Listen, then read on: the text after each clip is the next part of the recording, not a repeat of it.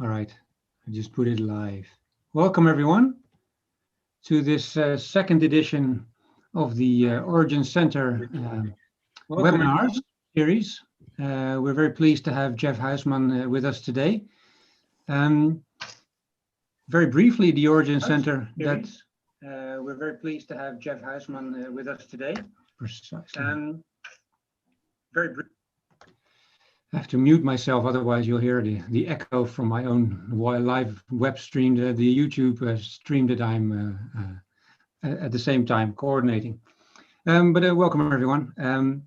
The Origin Center, as many of you know, tries to bring people together from very different disciplines to work on the origin and evolution of life. Trying to organize workshops and congresses as well. Trying to stimulate people to write new proposals and so on, especially for those that want to do things that are really, they need other expertise. And we try to bring different kinds of expertise from very different fields together. So we've started a series of webinars last month. This is a monthly seminar, and Jef is our second speaker. The next speaker coming up will be on the 5th of January, so you can already put that into your agenda. And we'll have about 30 minutes of Jef's talk, and then we have a long 30-minute discussion. So do write down all your questions you have for Jef, or put them in the chat if you so that I know that they're there. It's easier for me to moderate. And everyone on YouTube, of course, also welcome. This is an open talk to everyone. And if you want to ask questions to Jef, you can also put that in the chat on YouTube. We will monitor that. All right. So let's introduce Jef for a moment. Jef is a professor of aquatic microbiology at the University of Amsterdam, and he's worked for a long time on all kinds of problems to do with communities of plankton and cyanobacteria that we'll be hearing about today. Biodiversity patterns, the influence of climate change, and whatnot.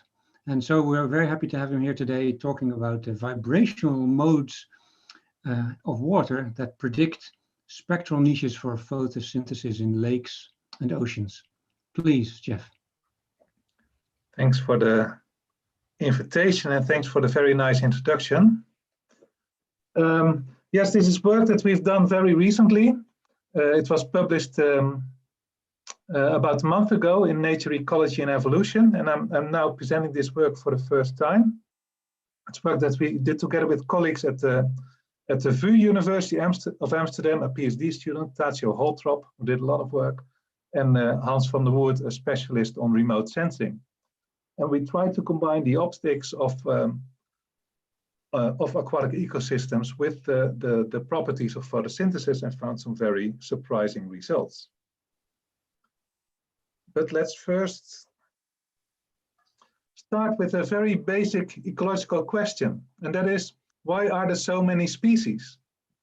And Darwin, in his famous book, came up with a very good answer. He said, well, if you look at different species, it seems that they try to, during the course of evolution, that they try to avoid competition by specializing on different niches. For example, we have these finches on the Galapagos Islands.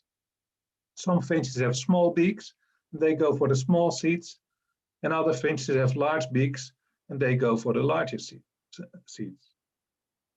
So inspired by this, we also went on a voyage, not to the Galapagos, but to the Baltic Sea. And there we searched for Cyanobacteria. Cyanobacteria are the tiniest cyanobacteria. They're smaller than 2 micrometer. They have been discovered only in 1979, but we now know that they are very abundant in lakes and oceans, and also very diverse. So what is interesting about cyanobacteria? Well, first, they are very ancient organisms. They evolved already about 3.5 billion years ago. They invented photosynthesis and brought oxygen into the atmosphere.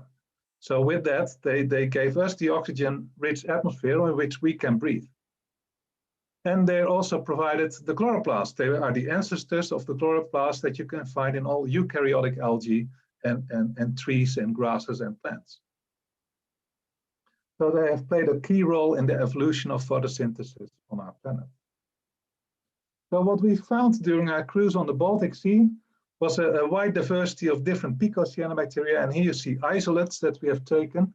And the thing that's immediately obvious is that there is a wide diversity of different colors among these Cyanobacteria. They range from pink to yellow, green to brown. So again, this question, why so many species and why all these colors?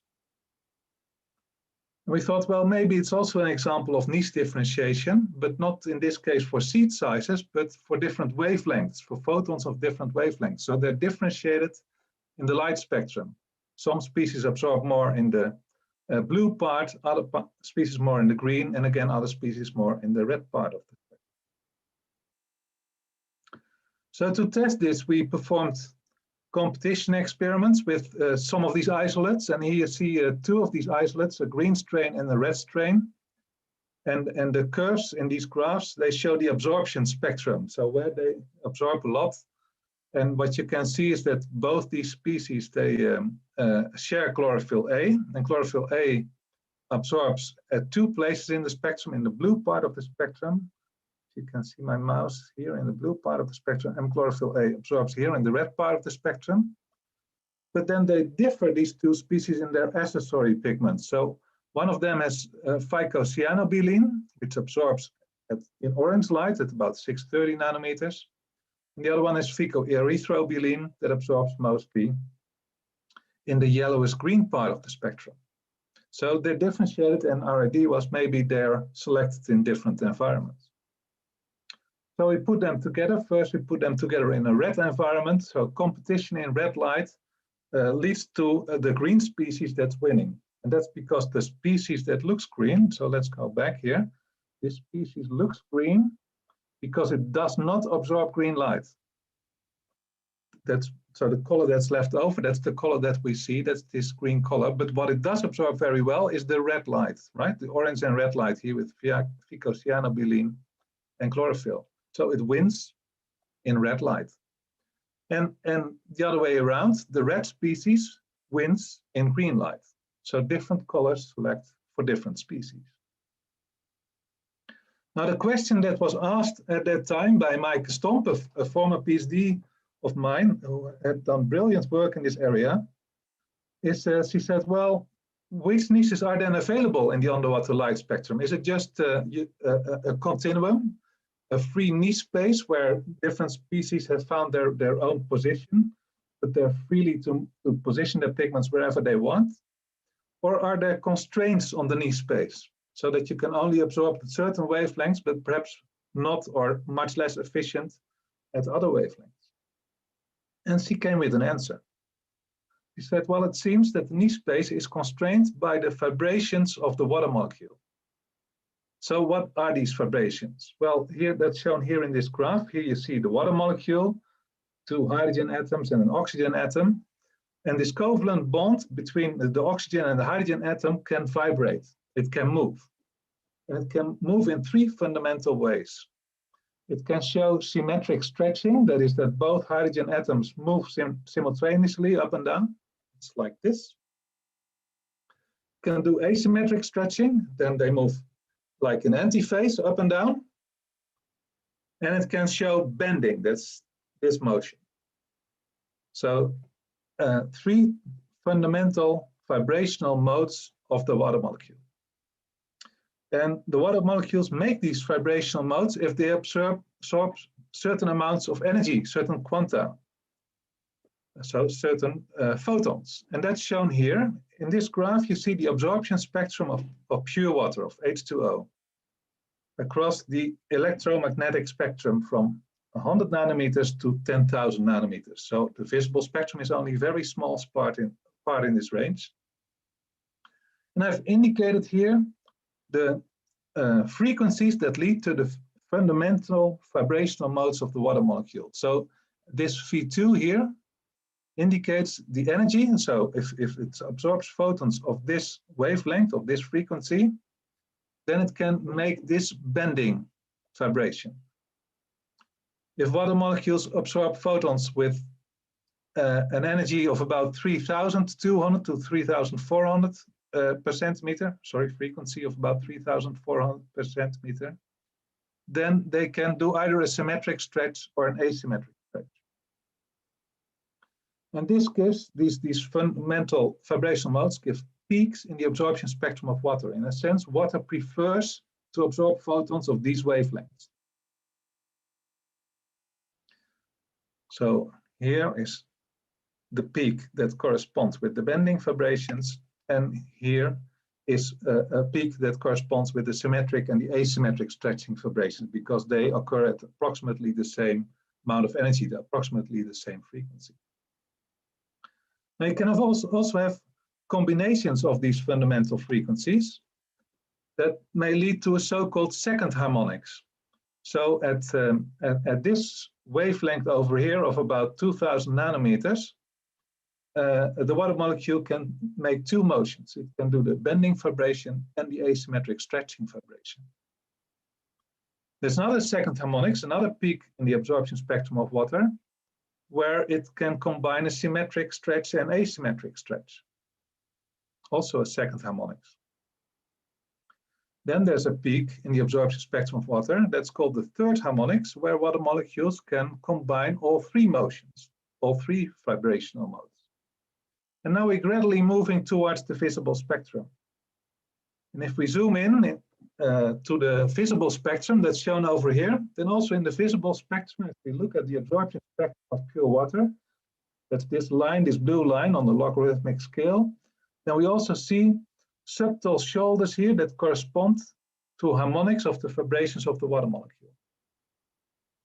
And in total, we have these vibrational harmonics. We have the 4.1 harmonics, that's 4 symmetric and asymmetric stretching vibrations and 1 bending vibration. We have the 5th harmonics, the 6th harmonics at about 510 nanometers, the 7th harmonics at 449 nanometers, and then we have the 8th harmonics close to 400 nanometers. And all these harmonics are visible as tiny bumps, tiny shoulders in the absorption spectrum of pure water. Now, pure water, H2O, is not the only light absorber in aquatic ecosystems. A very important other light absorber is dissolved organic matter. So as you know, dissolved organic matter can come from soil erosion, from leaves that have fallen off and have been decomposed. And this may stream into a lake, and then this lake will color brown. And basically what this dissolved organic matter does is it absorbs very strongly in the blue part of the spectrum, and then it absorbs less and less if you move towards the red part of the spectrum. So what it leaves over is this orange, red-brown color. Now, different waters may have different amounts of colored dissolved organic matter, different amounts of CDOM. So the height of this spectrum, the height of this curve may vary from one aquatic system to the other. It's illustrated over here. If you go to the clear ocean, then you have the absorption spectrum of pure water, which increases with wavelength. Now the axis is no longer logarithmic but linear, but it increases, and you see these tiny bumps corresponding to the different harmonics of the vibrations of the water molecule. And there's a tiny amount of CDOM. So as a consequence, the oceans, they absorb a lot in the red part of the spectrum, but they absorb very little in the blue part of the spectrum, and that's why the oceans look blue. You can see that this is light at the surface. It's close to the, very similar to the solar irradiance. And then if you go deeper and deeper into the water column, the light is strongly absorbed in the red part of the spectrum and less absorbed in the blue part. So what remains at 50 or 100 meters depth is mostly blue light. Now, if you go to coastal waters, they receive much more organic matter from the mainland. So their CDOM concentration is much higher. And in that case, there's strong absorption in the blue by CDOM, strong absorption by water in the red. And if you go deeper into the water column, what remains is a green color. So underwater, if you go to, say, 10, 50 meters deep, green is very often the dominant color in coastal waters, and also in several more eutrophic lakes, Lake IJsselmeer, for instance. Then if you go to lakes with very high dissolved organic matter contents, like peat lakes, the Loosdrechtse plassen or lakes in the Peel region in the Netherlands, they have very high CDOM concentrations. So these lakes are extremely turbid, but also they most strongly absorb in the blue and the green part of the spectrum. So here we get first again the surface irradiance, but if you go deeper now, you see that light is rapidly attenuated with depth, and already at 75 centimeters, most of the light is taken away, but the light that still remains is in this yellow, green, yellow, orange, red part of the spectrum. So that gives this brown color to these peat lakes. So we have different water bodies with different underwater light spectra. Now what we can do is we can use models, radiative transfer models they're called. That's an expensive word just to describe the underwater light environment by absorption and scattering properties of light by water and by dissolved organic matter, and also by other particles in the water column. So that's what we did. We developed a radiative transfer model, and then we compared the absorption spectra of 50 different waters with different CDOM concentrations. So here you see 50 different absorption spectra. And the blue line, that's the absorption spectrum of a very clear open ocean water. And then, for instance, the green line is water that has higher CDOM concentrations. So now you get this absorption, total absorption spectrum. So CDOM and water and all components together. And this magenta line, magenta red, is water with an extremely high CDOM concentration. And then we have all these absorption spectra in between. And we use these absorption spectra to calculate the underwater light environment at a depth at which only 1% of the surface irradiance penetrates. And that's done in this lower graph. So in the lower graph, you see an overlay of 50 underwater light spectra. For instance, the blue absorption spectrum here gives rise to the blue underwater irradiance spectrum at depth here. So you see that blue light dominates here in this open ocean water. And the green absorption spectrum here, that gives rise to this green underwater light field. And then the magenta line gives rise to this underwater light field. So what you get in total is a landscape of peaks and valleys. And what is very interesting and very intriguing is that the valleys in this landscape, they're exactly at these harmonics of the vibrational modes of the water column. So for instance, this valley here is at the 8th harmonics. This valley here is at the 7th harmonics, that's 4.9 nanometers. This one is at the 6th harmonics at about 510 nanometers. This one is at the 5th harmonics, and this tiny one is at the 4.1 harmonics. So it seems that the tiny vibrations of the water molecule that give rise to only small shoulders in the absorption spectrum of water create very deep gaps in the underwater light spectrum. So why is that? Why do these subtle shoulders in the absorption spectrum create such large gaps in the underwater light spectrum? Well, it has to do with the exponential decay of light with depth. If you go deeper into the water column, you have an exponential attenuation of light, according to Lambert-Beer's law. But it also means that tiny differences in absorption grow exponentially with depth. So the total irradiance declines, but relatively, these gaps get deeper and deeper if you go further down into the water column. Right? So I could also say the gaps decay exponentially. That might have been better here. But they get deeper if you go deeper into the water column. So that's why we have these conspicuous gaps at the vibrational modes, at the harmonics of the vibrational modes of the water molecule. So now the question is, what does this tell us about photosynthesis? Because so far we have characterized only the underwater light field. Well, basically we said, well, if you look at these possible spectra, you can distinguish 5 spectral niches, right? Areas where you have maximum light availability. So if you would be a smart organism, you would go for the maximum energy. You would tune your photosynthetic pigments to those peaks in this landscape and try to avoid wavelengths where most of the photons are already taken away by the water itself. So we distinguish these 5 niches: the violet niche between the 8th and the 7th harmonics, the blue niche between the 7th and the 6th harmonics, the green niche between the 6th and the 5th harmonics, the orange niche between the 5th and the 4.1 harmonics, and the red niche at wavelengths above the 4.1 harmonics. 5 different niches. And then we looked at the absorption spectra of the most abundant cyanobacteria on our planet. And the first, the really most abundant one is Prochlorococcus. And Prochlorococcus is a very interesting cyanobacterium because it has very similar pigments as terrestrial plants. It has chlorophyll A and chlorophyll B, but then a variant of that called diphenyl chlorophyll A and diphenyl chlorophyll B. And here you see the absorption spectrum of Prochlorococcus, and I plotted 2 types. One is called a highlight adapted type, that is this light green curve, dominated by chlorophyll A. The other one is a low light adapted strain, and it has both diphenyl chlorophyll A and diphenyl chlorophyll B. And what you can see very nicely is this species is really specialized on the violet and blue niche. And it seems that the 7th harmonics also provide a nice separation between the absorption peak of chlorophyll A and chlorophyll B.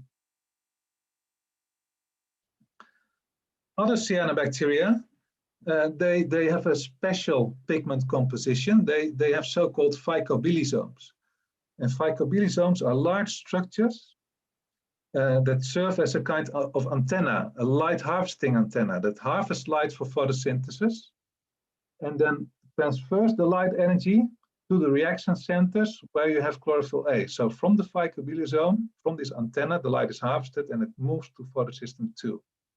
And as you may know, oxygen production by photosynthesis requires 2 photosystems. So then from photosystem 2, the excited electrons are transferred to photosystem 1, which also consists of chlorophyll. So we have phycobilisomes on top of photosystem 2, and we have chlorophyll in the reaction centers of both photosystems. Now this phycobilisome structure holds accessory pigments, and it's shown here. Here you see 5 different strains of cyanobacteria, and they have different colors because they have different pigments in their phycobilisome. So this one, this green colored strain, it has mainly phycocyanobiline in its phycobilisome. And this pink one has also phycoerythrobiline. That's not a pigment in its phycobilisome that gives it a pink color. And then you have also these 3 strains which have a more orange-like color, and they have this pigment called phycoeurobiline. So here you see the absorption spectra of these different species, and what you can see is this chlorophyll A. They all have chlorophyll A in their reaction centers, absorbing in the blue and the red part of the spectrum. The phycoeurobiline, it typically absorbs here at around 495 nanometers in the cyan blue color. This phycoerythrobiline, this PEP, that was this one, it absorbs mainly the green-yellow light. And the phycocyanobiline, it absorbs mainly the orange light. Now let's compare that with the vibrational modes of the water molecule. I've done that here. And you see that these pigments are very nicely separated. So the chlorophyll A absorbs in the violet and the red niche. The PUP, phycoeurobiline, PUP in short, absorbs in the blue niche. PEP absorbs in the green niche, and PCB, phycocyanobiline, absorbs in the orange niche. So different pigments capture light in different niches, and you can also see, for instance, between PUP and PEP, the valley between these 2 pigments really corresponds with this 6th harmonic. And also the valley between the PEP absorption and the PCB absorption is really at this 5th harmonics, and the valley between the PCB and chlorophyll A is very nicely at the 4.1 harmonic. So it really matches very, very elegantly. Now, can we use this information to map the spectral niches across the lakes and oceans of our world? That was our next question, and we tried to do that by using satellite data. So satellites collect data on the colors of the surfaces of the oceans, But we are more interested in the colors deeper down in the oceans, right? At about 50 or 100 meters depth. Because most of the phytoplankton is not only at the surface, but also a bit deeper in the water column.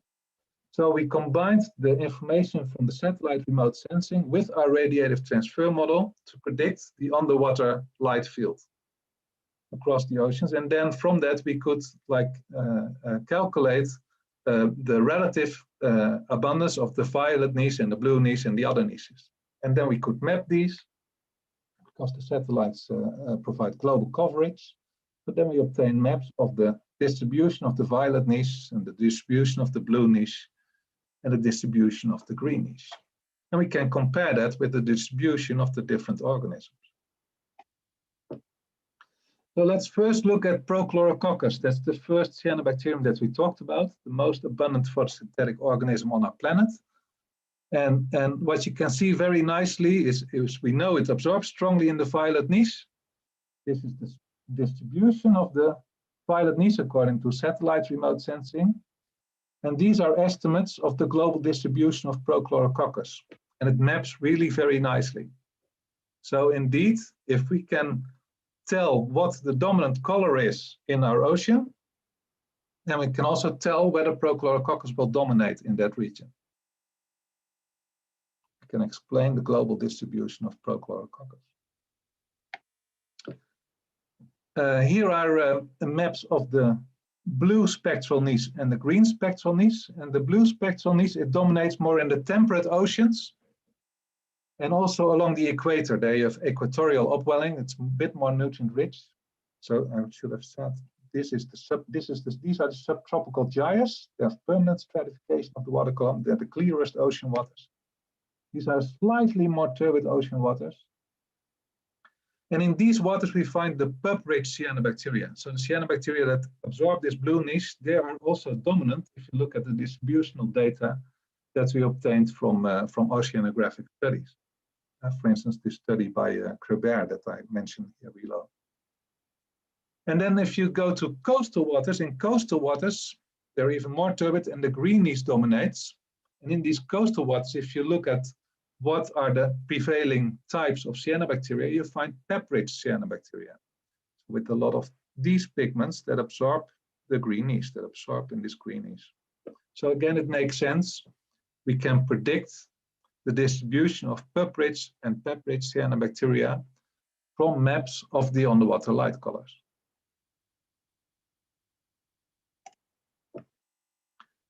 So the conclusions from this work are that the vibrations of the water molecule have created a series of 5 distinct spectral niches, and that these spectral niches have played a key role in the ecology and evolution of the photosynthetic pigments on our planet. That's what I've shown in the previous slide. Now, what can we do with this knowledge? I think we can apply it in several ways. One way is if we look at the current global changes that are occurring in aquatic ecosystems. And one of these changes is a change in the color of lakes and coastal waters.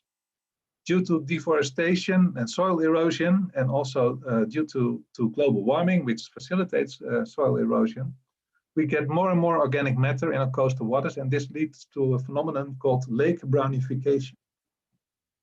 Many of the lakes and also many of the coastal waters on the northern hemisphere become gradually more browner.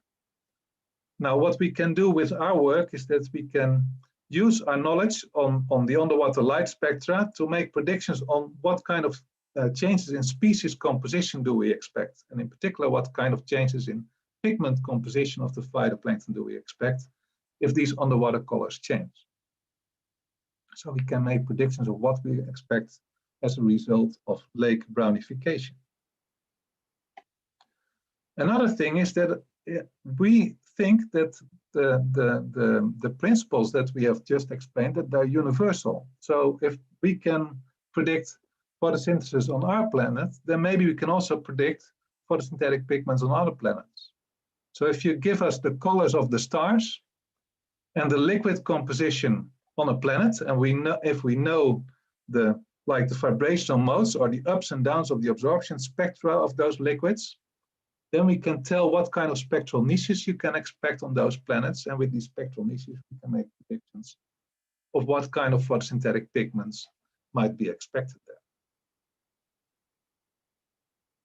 So with that, I want to thank you for listening. I also want to thank the many people who have played a role in this research. They include Mike Stomp and Levi Biersteker, Jeroen Aars from the VU University, and also Laurens Kartzarik, Frédéric Patensky, and Théophile Cribert from the CNRS in France. Thank you very much.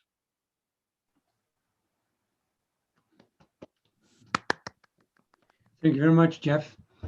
It's a wonderful talk. Are there any questions? I think it is time to slowly turn your microphones on. You can put stuff in the chat if you like. You can also just raise your hand or butt in, so to speak. Yeah, I would have a question. And that's from my perspective, the world oceans back 3.5 billion years ago. As a geologist, we are interested in that aspect of the, and that's also obviously why I joined this this lecture. We would be expecting in the oceans, at least in the surface water back in those days, that there are also inorganic compounds, like we would be expected divalent iron, for example, as a product of weathering. How would that be of influence on your pigment scheme?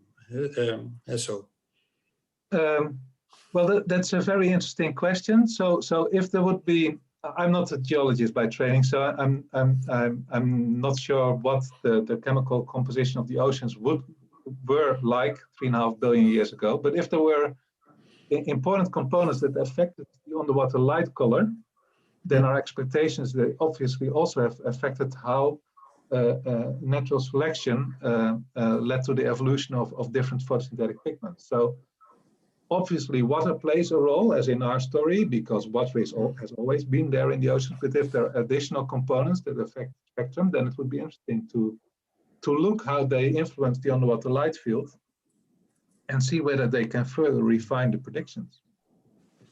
Mm-hmm. So yeah, I would be very interested to hear more about what you know about the different chemical components and how they might have affected the underwater light spectrum. And we can use it in our models. Yeah. Okay, so we can think about that for sure. Yeah. And we follow up later on, not at this point in time, of course, but later on, for sure. Yeah. Interesting. Thank you, Jan. I have a question, if I may start. Is that yeah, go ahead. I don't know if we know each other, but I'm actually teaching a course called Phytoplankton of the Future Ocean.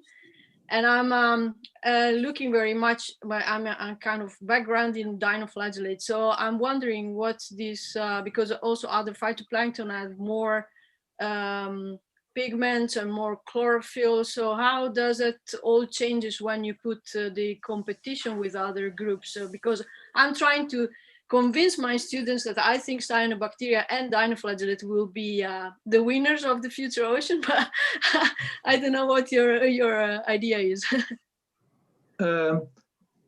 Well, most of my story here was about cyanobacteria, but many of the pigments that you find in eukaryotic phytoplankton are similar or quite similar to the ones that you find in cyanobacteria. But there are also some differences. For instance, the dinoflagellates, they have this pyridinine carotenoid. Yeah. But it's interesting, if you look at pyridinine and also at the fucoxanthine, then they do absorb in the blue and the green niche. So also for these other pigments, you can really assign them to the different spectral niches. Yeah. And then you can make predictions at in what light environments you would expect the dinoflagellates or the diatoms or the red algae or cryptophytes to dominate. So I do think we can also extend this framework to other phytoplankton groups. That would be great. Thank you. Yeah. Good. Thanks, Francesca. Flores had a question. If you want to ask a question, just put it on the chat so that I know and I can give you the floor. Sorry. Yeah, yes, this was really nice. I particularly liked your that you dared to predict the pigments on exoplanets if you just know the color of the star and the dominant liquid. Now, the color of the star is the easy part, I guess. The dominant liquid, it will be a long time before we really know it. But fortunately, there are, besides water, only two other good options, namely methane and ammonia on colder planets, right? Mm-hmm. So, and Titan, actually, the moon of Saturn, is an example of where you have that kind of liquid. So maybe you can extend your study just for the likely cases that we have exoplanets with those liquids as oceans. Yeah, super. Yeah. Your talk also reminded me of, I heard this long ago, and it was by a professor, and he took a holiday trip to the south of Chile, and he made photographs of icebergs there, and he noticed that they appear blue. We think of icebergs as white, but there apparently the water is very pure, and so the icebergs are slightly blue, and this is because of the same effect that you mentioned. They preferentially absorb red light due to vibrational modes of the water, as he explained. And finally, I have a quick question. You went to the Baltic Sea to look for these bacteria, and why the Baltic of all seas? Can I interrupt real quickly? Jef, would you mind stop sharing your screen? That makes. Oh, yeah, sure. Thanks. Yeah. Yeah, we went to the Baltic Sea. Well, basically what we wanted to obtain were more data on the pigment composition of cyanobacteria. And for that reason, we went to a wide variety of ecosystems. I only showed the Baltic Sea here, but we also obtained data from Hungary. We went to the Pacific Ocean to do sampling. Okay. But one of the areas was also the Baltic Sea, because there's a quite interesting range of underwater light fields, because you have this influence from the land that brings in this organic matter. And then you have this mixing with more open North Atlantic water. So it has quite a range of different underwater light fields. And a very abundant cyanobacteria. Right, I see. Thank you. Would also salinity make a difference then? The amount of salt? Yes and no. For the vibrational modes of the water column, salinity doesn't have any major effect. It's so subtle that you wouldn't measure it in the rough calculations that we made here. But for the phytoplankton species composition, obviously it does matter, right? So for instance, in the Baltic Sea, we have other cyanobacterial strains than in the open Atlantic, because the salinity is lower. But the pigment composition in both ecosystems is tuned to the underwater light field. So even though the strains are different, they can have still the same pigment composition.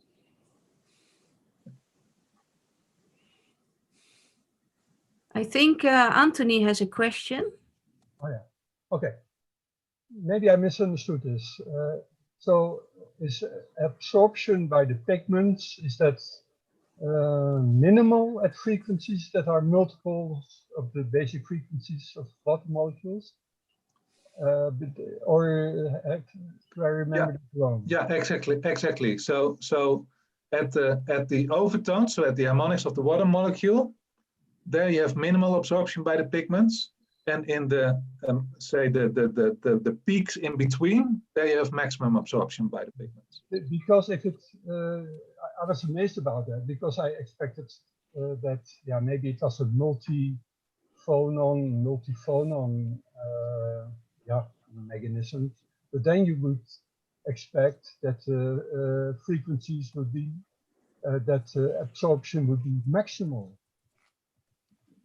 at frequencies that are multiples of those basic water frequencies. You understand what I mean? It's just the other way around than I expected. Well, basically, you should interpret it as a kind of competition, right? So if water molecules already take away certain wavelengths. I know. I understand what you mean. Yeah. I get it. Thank you. Jef, if I may ask something. So at the very beginning, you started talking, the story about these vibrational modes was discovered back in the 90s.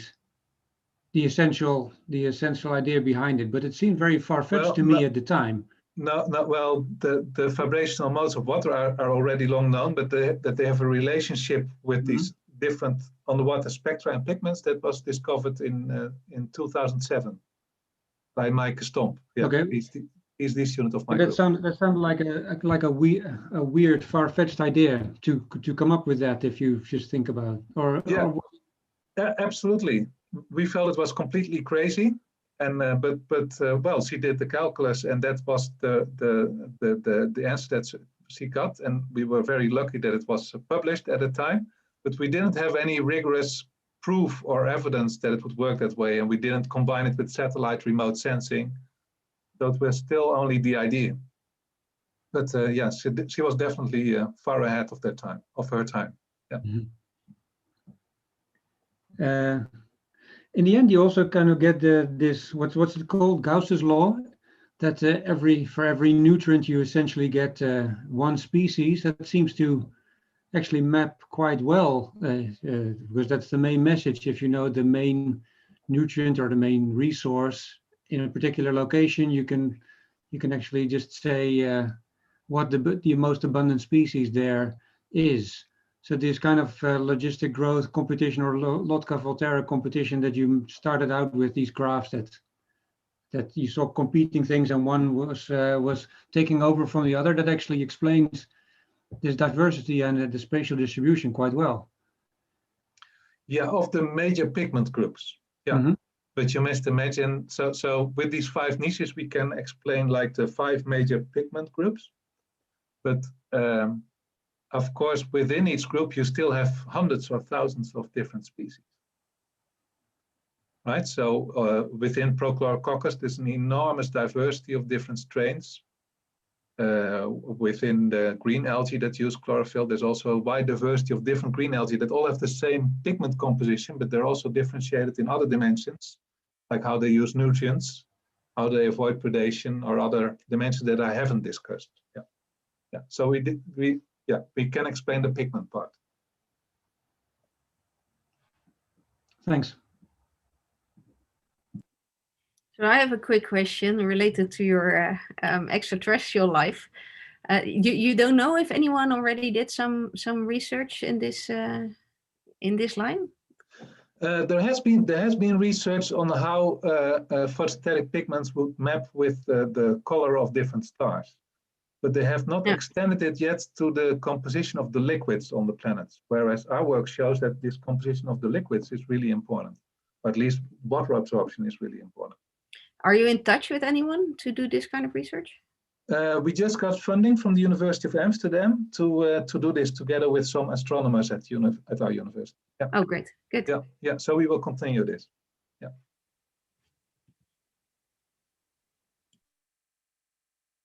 And I heard that we should include methane and ammonium. I'm not an astronomer, so I'm absorbing the knowledge also that you provide to me. Yeah. Eloy. Yes, so I don't know, it's not even a question. I was just thinking, so of course on Earth, water is very common, and in most other planetary bodies, it seems like there's quite a lot of water, even if it's not on the surface. But of course on Earth, for oxygenic photosynthesis, I see it as a result of water being very abundant. So you expect that the dominant type of photosynthesis is going to use water as a source of electrons. I wonder, how would a photosynthesis looks like if the source of electrons is methane or ammonia? I wonder if that's possible at all. I guess it may be, but yeah, I guess it's totally unpredictable. Yeah, yeah. There are many things that we have no idea about, right? So, and I was also bragging a bit about, we can tell you which photosynthetic pigments you expect. Basically, we can only tell you which spectral niches are available, but we cannot tell you what the identity, molecular identity of the pigments will be, because, well, these spectral niches might be captured by thousands of different molecules. So there are many open questions, and indeed, I think, yeah, this is just taking us a small next step, and then see how it develops. But we cannot tell exactly how photosynthesis will work on a methane-dominated planet. No, that's, I would be curious too. Yes. Yeah. All right, thanks.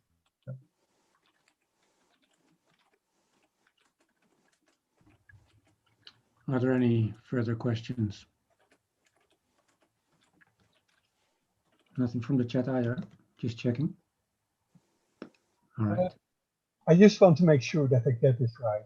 So you consider multi-photon phenomena like absorption of photons with the energy of multiples of the basic frequency of water. Those photons are absorbed by the ocean. Mm-hmm. And as a result, in between those multiples, there is space for microorganisms to absorb light and to enhance photosynthesis. So, so that's the basic idea. First, yeah, correct. Okay, because I've seen there's a book, Classical Electrodynamics of Jackson, and that gives the spectrum of the absorption of light by seawater over a whole spectrum, essentially. So I always thought that the absorption was flat, basically as a function of the frequency, but that's not the case. Okay, thank you. Yeah, correct. Yeah.